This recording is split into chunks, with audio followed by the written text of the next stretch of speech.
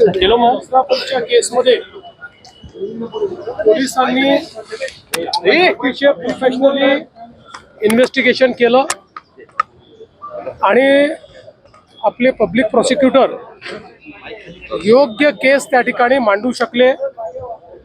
त्यामुळे सगळे जेवढे पुरावे दिले होते ते ग्राह्य धरून रेअरेस्ट ऑफ द रेअर केस आहे हे मान्य करून माननीय जज महोदयांनी दोषीला शिक्षा त्या ठिकाणी देण्याचा निर्णय घेतलेला आहे।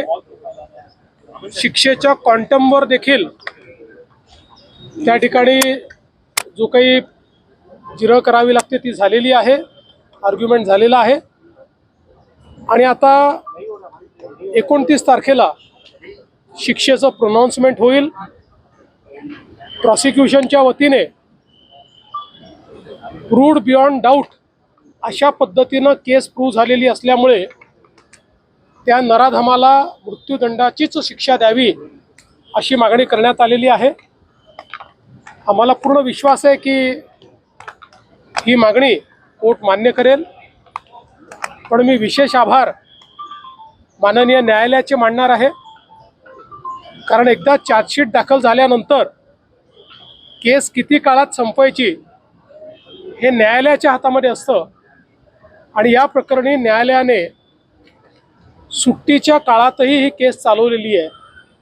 त्यामुळे घटनेचं गांभीर्य समजून घेऊन न्यायालयाने अतिशय वेगाने, कदाचित सर्वात रेकॉर्ड स्पीडने ही केस चाललेली आहे।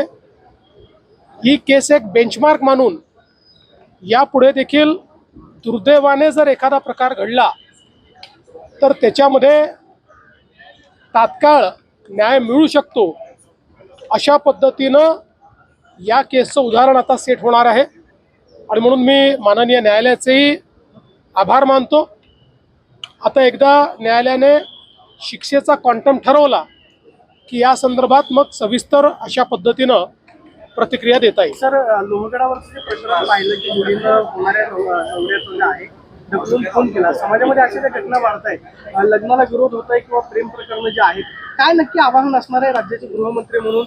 अशा घटना सातत्याने होत आहेत। ही अतिशय धक्कादायक अशा प्रकारची घटना आहे, अनाकलनीय अशा प्रकारची घटना आहे।